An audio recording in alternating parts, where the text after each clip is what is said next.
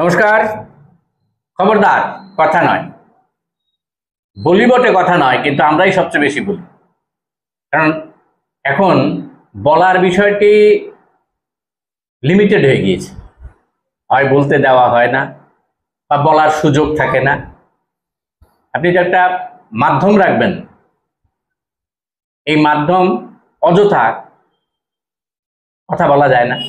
আবার কোনো কথাকে যুক্তিগ্রাহ্যতা দিতে গেলে একটা সরকারি ভার্সন লাগে, সরকারও কিছু বলবে না।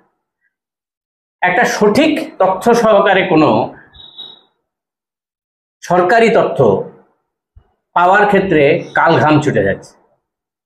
এই সমস্ত বিষয়গুলি তো আছে, কিন্তু মূল বিষয়টা যেটা গিয়ে দাঁড়িয়েছে, অপারেশন সিন্দুরের পর আমরা অনুষ্ঠান করিনি তা না, কিন্তু অপারেশন সিন্দুরের পরে মানুষের জিজ্ঞাসা অনেক বেড়ে গিয়েছে। তার পেছনে কিছুটা দায় আমাদেরও আছে, মানে গণমাধ্যমেরও আছে।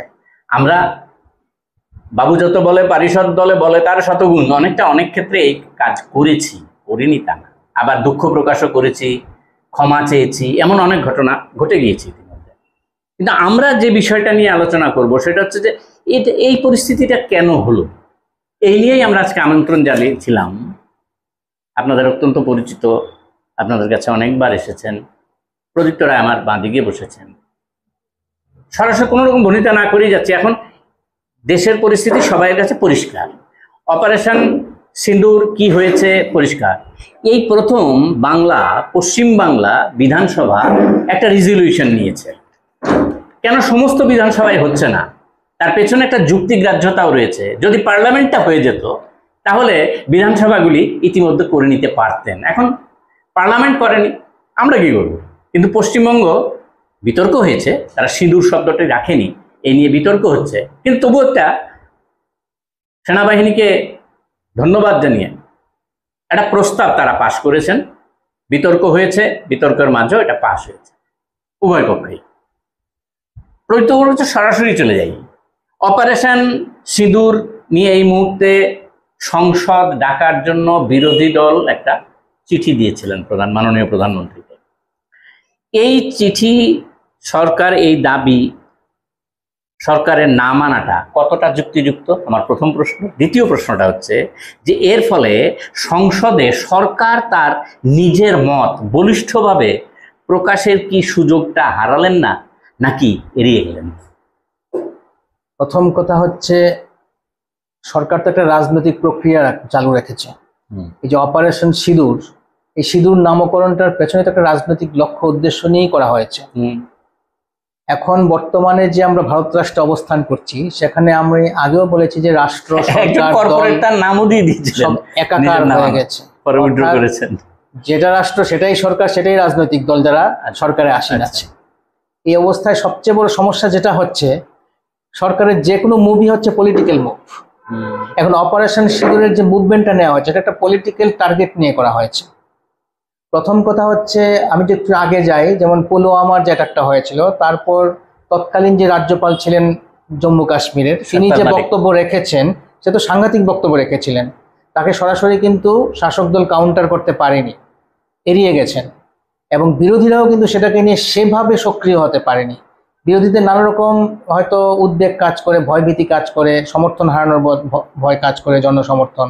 কিন্তু আসলে ব্যাপারটা হচ্ছে যেটা, যে এখন কিন্তু ভারতের যে নাগরিকরা কিন্তু পোলারাইজড হয়ে আছে ইতিমধ্যেই।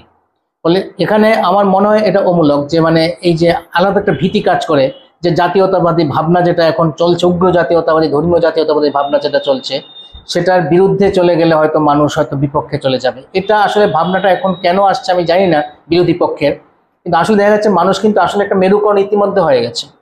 ফলে এই যে সমস্ত কার্যাবলী হচ্ছে অপারেশন সিঁদুর, এবং তার তৎপরবর্তীকালে যে বিভিন্ন যে রাজনৈতিক প্রচার, যে ধক্কানিনাদ যে সারা ভারতবর্ষ জুড়ে যে চালানো হচ্ছে, বিশেষত বিহারে ইলেকশন আছে সামনে, তো পশ্চিমবঙ্গে হবে হয়তো ভবিষ্যতে, এই যে সমস্ত বিষয়টা চালানো হচ্ছে, এটার বিরুদ্ধে কিন্তু আসলে সেভাবে ব্যাপক প্রচার নিতে পারছে না বিরোধীরা। অনেক ঘুরিয়ে ফিরে অনেক কিছু বলছে।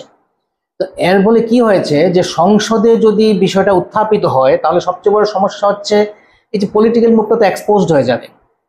এটা সরকার করবে কেন? সরকার তো এটা করতে চাইবে না।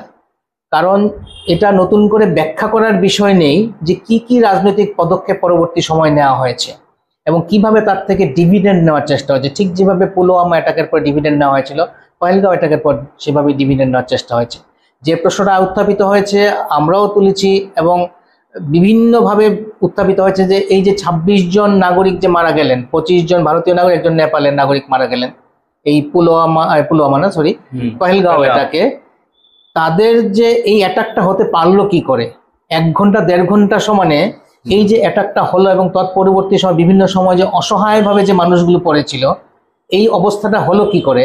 এবং যে 4 জন আততায়ীকে চিহ্নিত করা হয়েছে তারা কিন্তু এখনো ধরা পড়েনি।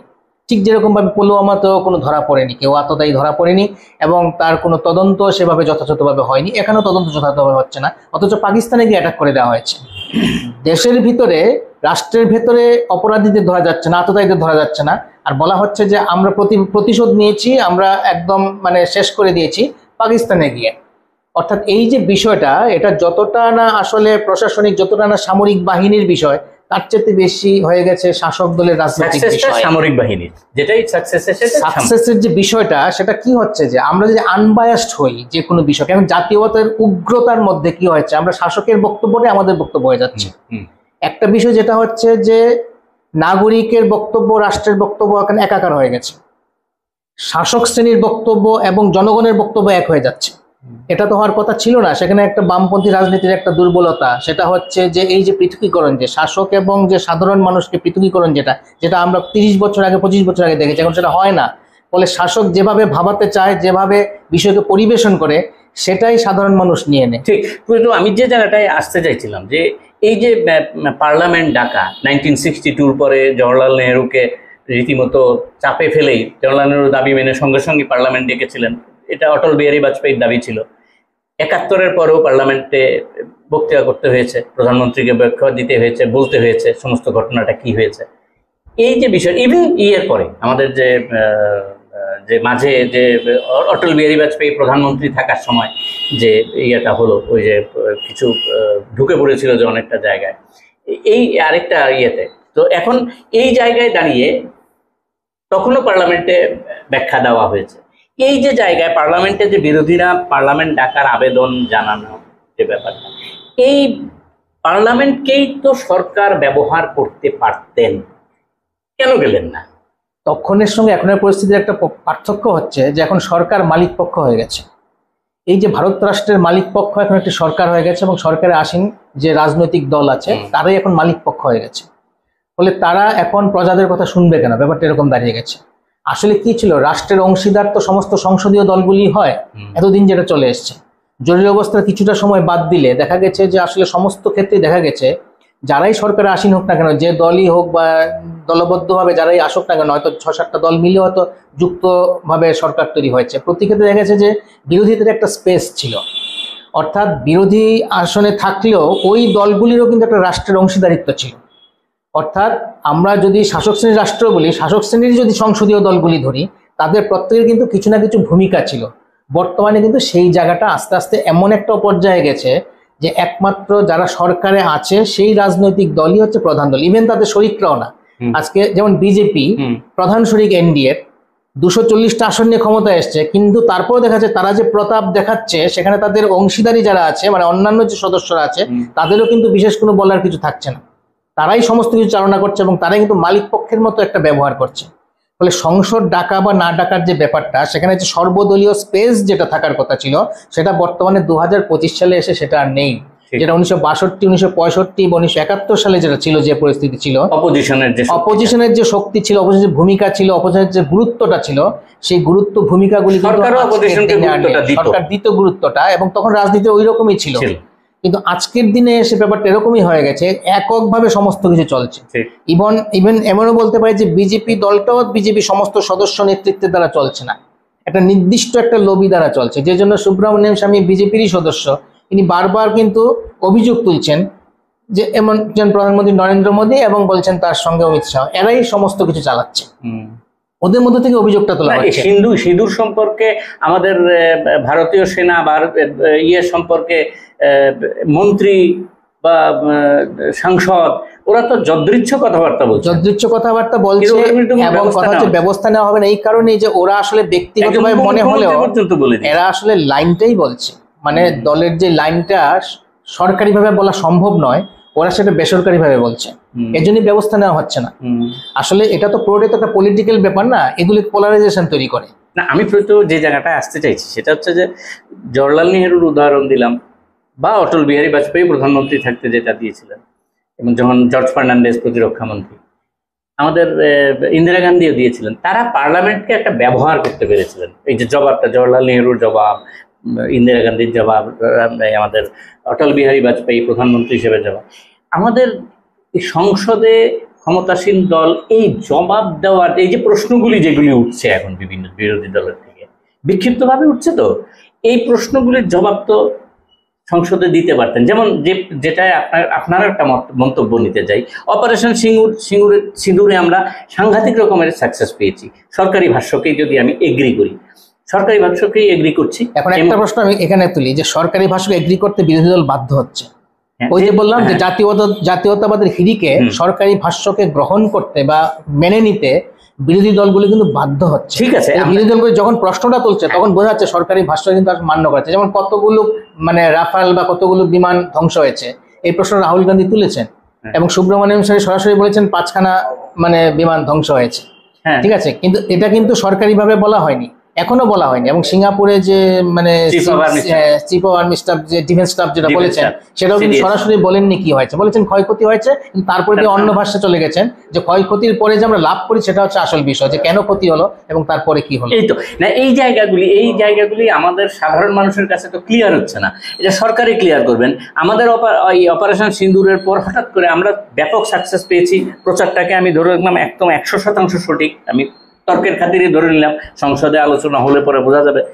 যে জায়গাটায় আমি আসতে চাইছি, অপারেশন সিঁদুর এত সাকসেস হওয়ার পরে হঠাৎ করে এটা বিরতি ডিক্লেয়ার করা হলো। এই বিরতির কাজটা যদি আমাদের ভারত সরকার প্রথমে ঘোষণা করে দিতেন, আমরা যত বেশি নিখুঁত হতো বলে আমরা মনে করছি। এটা মার্কিন প্রেসিডেন্ট যে করলেন, এই বিষয়টাকে আপনি কিভাবে দেখেন? এটাই তো কন্ট্রাডিকশন না, একদিকে বলা হচ্ছে সাকসেস হয়েছে, আরেকদিকে বলা হচ্ছে মার্কিন প্রেসিডেন্ট ঘোষণা করার পর 3 ঘন্টা পরে বলা হয়েছে যুদ্ধবিরতি। এটা যতই আর অস্বীকার করে পরিষ্কার হচ্ছে যে আমেরিকায় মধ্যস্থতা করেছে, আমেরিকা মধ্যস্থতা করেছে বলেই তো 3 ঘন্টা আগে ঘোষণা দিয়েছেন, উনি তো পরে বলেননি, 3 ঘন্টা আগে 12 বার বলেছেন। হ্যাঁ বলেছেন, এবং তারও সরাসরি সরকারিভাবে বিরোধিতা করা হয়নি, অর্থাৎ মার্কিন মধ্যস্থতা হয়েছে। এবং কথা হচ্ছে এই যে এখন পার্লামেন্ট ডেকে যদি জবাবদিহি করতে হয় শাসকের, মানে সরকারের যদি জবাবদিহি করতে হয়, তাহলে কিন্তু এই যে সাকসেসের যে ন্যারেটিভটা তৈরি হয়েছে সেখানে কিন্তু একটা ভাঙন ধরতে পারে। ওই জন্যই পার্লামেন্ট ডাকা হয়নি, কারণ যে প্রশ্নগুলি উত্থাপিত হবে অপারেশন সিঁদুর নিয়ে এবং তার পরবর্তী যে সমস্ত ঘটনাবলী নিয়ে, কেন বন্ধ করা হলো, তখন কিন্তু যে ন্যারেটিভ তৈরি করা হয়েছে, যে পলিটিক্যাল ন্যারেটিভ তৈরি করা হয়েছে, সামনে বিহার ইলেকশন আছে, আরও বিভিন্ন পলিটিক্যাল গেইন নেওয়ার ব্যাপার আছে, তার জন্য যে ন্যারেটিভ তৈরি আছে এটা কিন্তু ভেঙে যেতে পারে।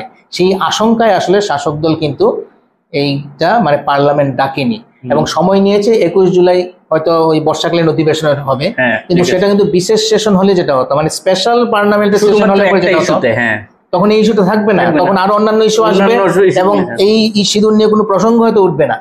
তখন বর্ষাকালীন অধিবেশনের যে এজেন্ডা তৈরি করা হয়েছে সেটার উপরেই কিন্তু আলোচনা হবে, সবকিছু হবে, না হলে তো স্পিকাররা তাদের ভূমিকা রাখবে, কোনো আলোচনা হবে না। সেটাই কারণ পার্লামেন্টের সেশনটা ডাকা হয়, মনসুন সেশন হয়তো বিল পাস করার জন্য ডাকা হবে, এবং বিল পাস করে ধ্বনি ভোটে পাস করে নেওয়া হবে, এই সমস্ত কিছুই তো হচ্ছে। ফলে এই জন্যই কিন্তু আসলে এড়িয়ে যাওয়ার ব্যাপার আছে, অর্থাৎ এড়িয়ে যাওয়ার জন্যই কিন্তু আসলে বিরোধীদের উপেক্ষা করা হচ্ছে।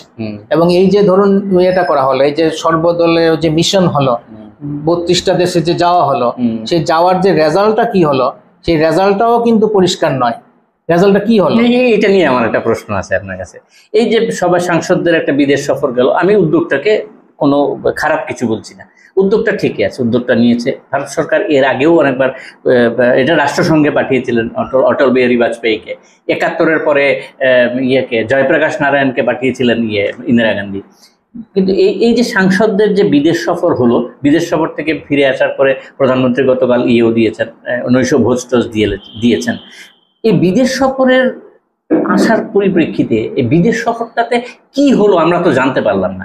আপনি কি মনে করেন এই বিদেশ সফরটা কতটা সফল হয়েছে? বিদেশ সফরে তো তারা কোনো মন্ত্রী পর্যায়ের কারোর সঙ্গে বিশেষ দেখাই করতে পারেনি, যা প্রকাশ যেসব রাষ্ট্রে গিয়েছে সেই রাষ্ট্রের যারা আছেন, সরকারে আসীন যারা আছেন, মন্ত্রী পর্যায়ের, ক্যাবিনেট মন্ত্রী পর্যায়ের কারোর সঙ্গে ওরা তো বিশেষ দেখা সাক্ষাৎই করতে পারেনি। যারা গেছেন তাদের অধিকাংশই হচ্ছে কাদেরকে নির্বাচন করা হয়েছে, বেছে বেছে নির্বাচন করা হয়েছে। আমরা যদি কয়েকজনকে যদি হিসেব করে দেখবো যে আসলে তারা বকলমের বিভিন্ন দলের আছে ঠিকই, কিন্তু তারা আসলে শাসক দলের মানে পক্ষান্তরে কাজ করছেন দীর্ঘদিন ধরে। মানে শাসক দলের যে সদস্যরা যে ভূমিকা পালন করার কথা, বিরোধী দলে থেকে ওরা সেই ভূমিকাই পালন করছেন। এছাড়াও কিছু আঞ্চলিক দল আছে যেগুলি মূলত হচ্ছে যে মানে পারিবারিক দল, সেই পারিবারিক দলের প্রধানদের হয়তো ডেকে নেওয়া হয়েছে।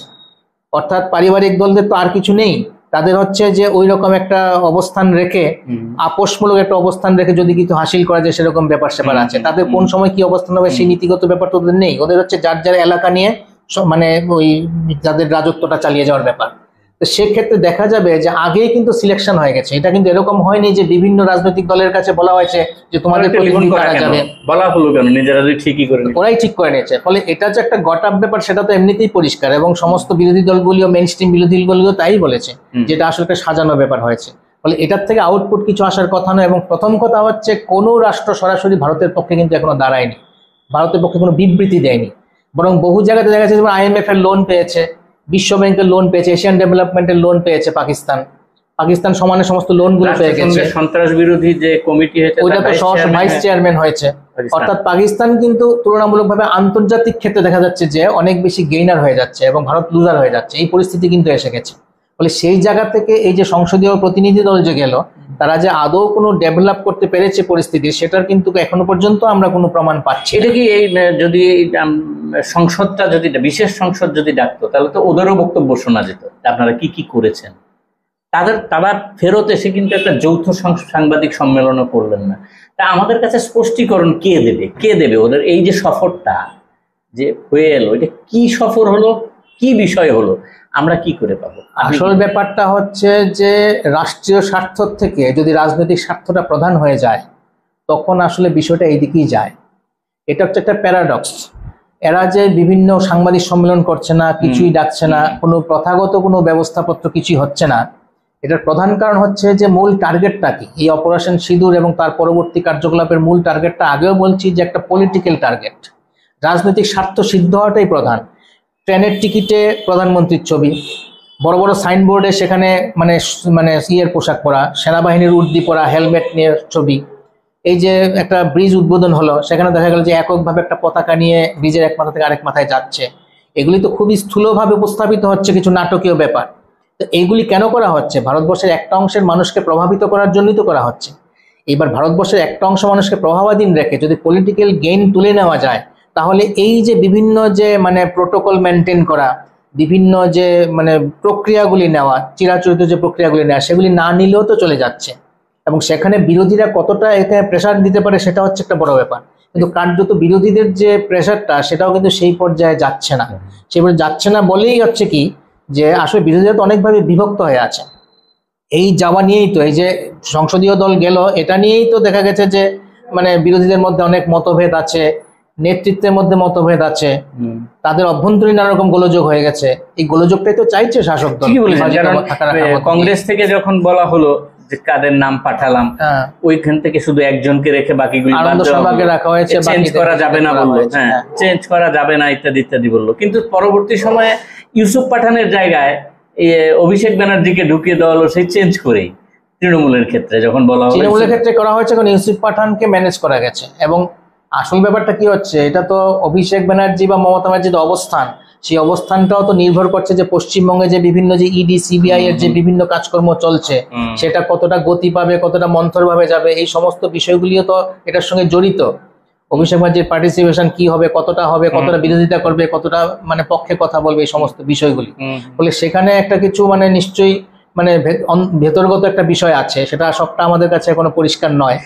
কিন্তু অন্যান্যদের ক্ষেত্রে বলা যায় যে কংগ্রেসের রাহুল গান্ধী যে লবিটা আছে, গান্ধী নেহেরুর যে লবিটা, তার সঙ্গে আরএসএস এর সরাসরি একটা বিরোধিতা আছে। এবং যারাই দেখা যাচ্ছে যে কংগ্রেসের অভ্যন্তরে গান্ধী নেহেরু লবির বিপক্ষে অবস্থান নিচ্ছে, তাদের কিন্তু সাদরে গ্রহণ করে নিচ্ছে বিজেপি বা আরএসএস। এবং সেইভাবেই কিন্তু এই সিলেকশনগুলিও হয়েছে। এমনকি শিবসেনাকে ভাঙার জন্য কিংবা আঞ্চলিক দলগুলির মধ্যে যে কি বলে যে তামিলনাড়ুর যেটা আছে ডিএমকে থেকে নেওয়া হয়েছে ওইভাবে, মানে একটা প্রভাব রাখার জন্য। যদিও ডিএমকে আবার অবস্থানটা একটু অন্যরকম, জটিল, সেটা আজকের আলোচ্য বিষয় না বলে যাচ্ছি না, কিন্তু কানিমোজিকে সেখানে নেওয়া হয়েছে, বা সুপ্রিয়া সুলে গেছে ইসের থেকে, মানে এনসিপি থেকে।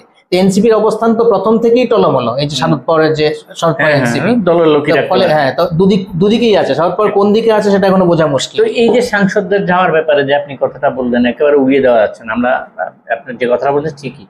আমার একটা ছোট্ট প্রশ্ন আছে, এই যে কাজটা আমরা অপারেশন সিন্দুর, যে আমাদের বিরতি হওয়ার পরে যে দলটা, সংসদীয় দলটা গেল, পেহেলগাঁও ইনসিডেন্ট হয়ে যাওয়ার পরেও অপারেশন সিন্দুর তারও 15 দিন পরে হয়েছে। এই 15 দিনের মাঝে কি এই ধরনের সংসদীয় দলকে বিশ্বব্যাপী পাঠিয়ে তাদের মতামতটাকে আমাদের পক্ষে এনে তারপরে কি অ্যাটাক করলে অসুবিধা হতো, বা এই আক্রমণটা সানাতো? আসলে কি হয়, এই যে সমস্ত বিষয়গুলো অভিযোগটা তো একটা এসেছে যে আমরা আক্রমণ এট দ্য টাইম অফ অপারেশন, সেটা হয়তো শব্দের মারপেচ হতে পারে, এটা হয়তো পরবর্তী 15 দিন অপেক্ষা করলাম কেন, শব্দের মারপেচ হতে পারে, at the time, the before না আফটার, এই যে ব্যাপারগুলো আছে সেটা শব্দের মারপেচ। এটার থেকেও গুরুত্বপূর্ণ বিষয় হচ্ছে যে এই যে বলা হচ্ছে যে নখানা আমরা যে ছাউনি, মানে ইয়েদের, মানে টেরোরিস্টদের ছাউনিকে উড়িয়ে দেওয়া হয়েছে, সেটা দিয়ে কি টেরোরিস্টরা শেষ হয়ে গেল? তাহলে তো পুলওয়ামা অ্যাটাকের পরেও তো সার্জিক্যাল স্ট্রাইক হয়েছিল, উড়ির পরে সার্জিক্যাল স্ট্রাইক হয়েছিল, আবার হলো, বারবার হচ্ছে না সরকার। তাহলে এই যে বলা হচ্ছে যে কোমর ভেঙে দেওয়া হচ্ছে, কটা কোমর আছে টেরোরিস্টদের যে বারবার সেই কোমর ভাঙা হচ্ছে? তো এখন কথা হচ্ছে এই যে সমস্ত অপারেশন সিন্দুর যেটা হলো, এর মধ্য দিয়ে কি টেরোরিজম কি নিপাত গেল? গেল না তো। আমি বলছিলাম যে পেহেলগাঁওয়ের ইনসিডেন্টের পরে তো 15 দিন অপেক্ষা না করে এই যে বিদেশ সফরটা, এটা এর মাঝে কি করা যেত না? কোনো টেকনিক্যাল অসুবিধা আছে কি? এটা শাসক দল বলতে হবে তাদের কি পরিকল্পনা আছে, কারণ বিদেশের শক্তিগুলিকে আমাদের পাশে দাঁড় করানোর ক্ষেত্রে, যেটা 71 ওয়ারের সময় ইন্দিরা গান্ধী দেশে দেশে দুতিয়ালি করেছিলেন, যেটা অনেক আগে। এখন এই যে পেহেলগাঁও অ্যাটাকের পরেই শাসক দলের পরিকল্পনাটা কি ছিল? পেহেলগাঁও অ্যাটাককে কিভাবে আমি রাজনৈতিকভাবে কাজে লাগাবো, নাকি কিভাবে আমি টেরোরিস্টদের ধ্বংস করব, পেহেলগাঁওয়ের যে অপরাধী তাদেরকে শাস্তি দেব, এটা কোনটা টার্গেট ছিল? শাসক দলের টার্গেটটা কি ছিল? পেহেলগাঁও অ্যাটাকের যেদিন হলো সেদিন রাতে ওরা কি প্ল্যান করেছিল যে আমি কিভাবে এই কাণ্ডটা যেটা হয়েছে সেটাকে আমি নির্বাচনের ক্ষেত্রে কিংবা দেশে আমাদের প্রভাব প্রতিপত্তির জন্য কাজে লাগাবো, নাকি এই ঘটনাটাকে কিভাবে চিরতরে এটাই শেষ ঘটনা আর যাতে না হয় তার ব্যবস্থা নেব? এইটা হচ্ছে মূল বিষয়। যদি এটা না হয়ে থাকে তাহলে 15 দিন সময় নেবেই, তখন এইগুলি কাজগুলি করবে না। কারণ তখন কি হয়েছে, এই 15 দিনের মধ্যেও কিন্তু রাজনৈতিক সভা হয়েছে, বিভিন্ন জায়গায় উদ্বোধন হয়েছে, সমস্ত কিছু হয়েছে। এমন নয় যে সবাই মানে কালো হয়ে বসেছিল, মুখ কালো করে বসেছিল, বা একদম মানে একটা কিছু করতে হবে তার জন্য সব কাজ বাদ, এরকম ব্যাপার ছিল না। যা যা ঘটনা, যা যা আমোদ প্রমোদ হওয়ার সেটাও হয়ে গেছে। আইপিএলও চলেছে, আইপিএল নিয়ে উন্মাদনাও চলেছে, সেখানে কোনো বাধাবিঘ্ন হয়নি। অর্থাৎ পলিটিক্যাল টার্গেটটা যদি আমার ফিল আপ হয়ে যায়, তাহলে আমার অন্য কিছু হচ্ছে সেকেন্ডারি। এখন সিঁদুর 15 দিন পরে নেওয়া হয়েছে, নামটাও দেওয়া হয়েছে সিঁদুর, কারণ দেওয়া হয়েছে কি বিহার উত্তরপ্রদেশের মানুষদের সিঁদুরের ব্যবহার বেশি আর অন্যদের অতটা বেশি নয়। তাহলে সিঁদুরের যে সেন্টিমেন্টটা, এটা যে একটা হিন্দুদের বিশেষ একটা অংশের মধ্যে আছে তো, এবং তাদের মধ্যে প্রভাবটা নেওয়ার জন্য নামটা দেওয়া হয়েছে সিঁদুর। কারণ পরবর্তী সময়ে যে আরো 16 জন মারা গেছেন, যেটা হয়েছে ওই পুঞ্চ এলাকাতে, মানে ওদের মিসাইল অ্যাটাকে, পাকিস্তানের মিসাইল অ্যাটাকে, তাদের নিয়ে তো কোনো রকম কিছু হয়নি, শোক প্রকাশও করা হয়নি। তো এই যে সিঁদুর যে কেন্দ্রিক যে এই যে ব্যাপারটা, এই ব্যাপারটা যে সেন্টিমেন্ট তোলা হয়েছে, এই সেন্টিমেন্টটা তোলাটা কি প্রধান কারণ ছিল, নাকি সন্ত্রাসবাদকে চিরতরে নির্মূল করার প্রধান কারণ ছিল? এই প্রশ্ন উত্থাপিত হবে। আজকে যদি সংসদ বসতো বিশেষ অধিবেশন, তাহলে এই প্রশ্নগুলি আসতোই, এবং এই প্রশ্নগুলি মুখোমুখি হওয়াটা যেহেতু অস্বস্তিকর, কিছুটা হলে উত্তর পেতাম। এই জন্য সংসদের বিশেষ অধিবেশন ডাকা হয়। সর্বশেষ প্রশ্ন, আমাদের সময় হয়ে এসছে। এই যে অপারেশন সিন্দুর নিয়ে এত আলোচনা, এত প্রশ্ন, এত কিছু আসছে, মিডিয়ার একটা অংশ মানে সরকারি বক্তব্য থেকেও বাইরে গিয়ে নানা রকম প্রচার করেছেন। আমাদের যে উৎসাহটা, এই যে প্রশ্নগুলি বেরিয়ে আসছে, এটা কি মিডিয়ার অত্যধিক মানে বেখবর থেকে খবর করা, যেটা এটাই কি দায়ী, নাকি একেবারেই কিছু না জেনে বিরোধীরা অযথাই প্রশ্নগুলি করে চলেছে? এটা কি মিডিয়া, এবার কি মিডিয়া কেউ তো আর অপারেশন সিন্দুরের সময় কোনো মিডিয়াকে তো আর অ্যালাউ করা হয়নি, সঙ্গে যেটা 71 ওয়ারের সময় কিছুটা মিডিয়া ঢুকে পড়েছিলেন ভেতরে ভেতরে, এইবার তো তা করা হয়নি। তাহলে এই জায়গাগুলি কি মিডিয়ার যে কৌতূহল বা মিডিয়াকে সামনে রেখে মানুষের যে কৌতূহল কি মিডিয়ার নিউজের উপর ভিত্তি করে কি বেড়ে গেল এবার? মিডিয়া তো করাচি দখল করে নিয়েছিল, রাওয়ালপিন্ডি দখল করে নিয়েছিল, এবং এই যে মিডিয়া যে প্রচারগুলি জেনারেল জেলে মানে জেনারেল গদিচ্যুত হয়েছে, এই সমস্ত কিছু করা হয়েছিল। মিডিয়া তো লাগাতার এই প্রচারগুলো করে গেছে, জাতীয়তাবাদের নামে তো যা খুশি চলতে পারে। এবং পরবর্তী সময়ে মিডিয়া প্রচার করেছে, তারা বলেছে যে আমরা তো দেশের পক্ষে বলেছি, এটা তো অন্য কিছু না, খারাপ কিছু নয়। তো কিছু দুঃখ প্রকাশ করেছে, পেঁচে পড়ে করেছে কিছু কিছু। কিন্তু মূল কথা হচ্ছে তাকে কি একটি সরকারের প্রচ্ছন্ন মদত বা প্রকট মদত ছিল না? এই যে মিডিয়া যে প্রচারগুলো করছে, এই প্রচারগুলো হাইপ তৈরি করছে, একটা বাণিজ্য তৈরি করছে। মানে মিডিয়ার তো টিআরপি বেড়েছে, দর্শক বেড়েছে, তাদের একটা বাণিজ্য হয়েছে এই ধরনের অপপ্রচার। কিন্তু সরকারের বিরুদ্ধেই গেছে অনেক। হ্যাঁ, সরকারের বিরুদ্ধে যাক বা না যাক, কিন্তু প্রাথমিকভাবে সরকারের মদত ছাড়া, প্রচ্ছন্ন মদত ছাড়া কি সেটা হয়েছে? কারণ কোনো ব্যবস্থা নেয়নি। বরং সামান্যতম ভাবে যদি কেউ একদম সাধারণ কথা সোশ্যাল মিডিয়াতে বলেছে, মানে এই তাকে তুলে নিয়ে গেছে, মানে সরকারের বিরুদ্ধে গেছে এমন কোনো কথা যদি বলা হয়, তাহলে সামান্যতম কথা থেকে তাকে কিন্তু এফআইআর করা হয়েছে, কাউকে অ্যারেস্ট করা হয়েছে। কিন্তু এই যে অপপ্রচারগুলি করা হয়েছে, বিভিন্ন ঘৃণা ভাষণ দেওয়া হয়েছে, সেগুলিতে কোনো ব্যবস্থা তো নেওয়া হয়নি। ফলে বলা যায় যে প্রচ্ছন্ন মদত না থাকলে তো ব্যবস্থা নেওয়া হতো। এবং সবচেয়ে বড় কথা যে কতগুলো ঘটনা ঘটেছে, যেমন যে পাকিস্তানের কিছু লোককে এসে বসিয়ে দেওয়া হয়েছে, হয়তো দুবাইয়ে থাকে বা আমেরিকায় থাকে বা অন্য কুয়েতে থাকে, সেখান থেকে কিছু লোককে ধরে নিয়ে এসে, কেউ হয়তো রেস্তোরাঁতে কাজ করে, কেউ হয়তো এমনিতে হয়তো মুদি দোকানে কাজ করে, এই সমস্ত লোককে ধরে এনে কিন্তু বসিয়ে দেওয়া হয়েছে নাগরিক বলে, বুদ্ধিজীবী বলে। এবং তাদেরকে দিয়ে কি হয়েছে, মানে মিডিয়াতে এরকম ভাবে নানা রকম উত্তেজক বক্তব্য রাখানো হয়েছে পাকিস্তানের পক্ষে, আবার ভারতের পক্ষেও পাল্টা বক্তব্য রাখা হয়েছে। এইভাবে কিন্তু হাইপ তৈরি করা হয়েছে সমস্ত বিষয়টাকে। পাকিস্তানও করেছে, পাকিস্তান সেম কাজটা করেছে। তো এই কাজগুলির মধ্য দিয়ে কি হয়, আসলে একটা জাতীয়তাবাদ, ধর্মভিত্তিক উগ্র জাতীয়তাবাদ উদ্ভব হয়, কিন্তু এতে কিন্তু আসলে রাষ্ট্রের ক্ষতি হয়, শেষ পর্যন্ত রাষ্ট্রের কিন্তু ব্যাপক ক্ষতি হয়। এবং এই ক্ষতিটা কিন্তু আমাদেরও হয়ে গেছে। অপারেশন সিন্দুর পরবর্তীকালে দেখা গেছে যে আসলে ভারত রাষ্ট্রের যে ইমেজ আছে বহির্বিশ্বের কাছে, সেই ইমেজ কিন্তু অনেকটা ধাক্কা খেয়েছে। এবং এই ইমেজটাকে আবার যদি মেরামত করতে হয়, তাহলে কিন্তু অনেকটা দূর যেতে হবে। সমস্ত দেখা গেছে যে ভারতবর্ষের প্রতিবেশী রাষ্ট্রগুলো তো বটেই, আন্তর্জাতিকভাবে গুরুত্বপূর্ণ যে রাষ্ট্রগুলি আছে, তারাও কিন্তু ভারতের পাশে সেভাবে দাঁড়ায়নি, সেভাবে শক্তভাবে দাঁড়ায়নি। প্রত্যেকে কি হয়েছে যে একই পংক্তিতে রেখে দিয়েছে, একই দাঁড়িপাল্লাতে রেখে দিয়েছে ভারত এবং পাকিস্তানকে, যেটাই হচ্ছে ভারতের বৈদেশিক নীতির বড় ফেলিওর। একইভাবে রাখা হয়েছে, অর্থাৎ ভারত পাকিস্তান দুপক্ষকেই বলছি আপনারা আলোচনার মাধ্যমে সমস্যাটা মিটিয়ে নিন। অর্থাৎ পাকিস্তানের সন্ত্রাসবাদ এবং সন্ত্রাসবাদের মদত দিচ্ছে পাকিস্তান সরকার, পাকিস্তান রাষ্ট্র, পাকিস্তানের সামরিক বাহিনী। এই বিষয়টা কিন্তু যেভাবে ভারত আন্তর্জাতিক মঞ্চে নিয়ে যাওয়ার ব্যাপারে মানে সক্রিয়তা দেখিয়েছে, সেভাবে কিন্তু সেটা গৃহীত হয়নি। এটা কিন্তু একটা বৈদেশিক নীতির একটা ফেলিউর হয়েছে। এবং এটা নিয়ে যদি কথা ওঠে সংসদে, তাহলে সরকারকে নানা রকম জবাবদিহি করতে হবে।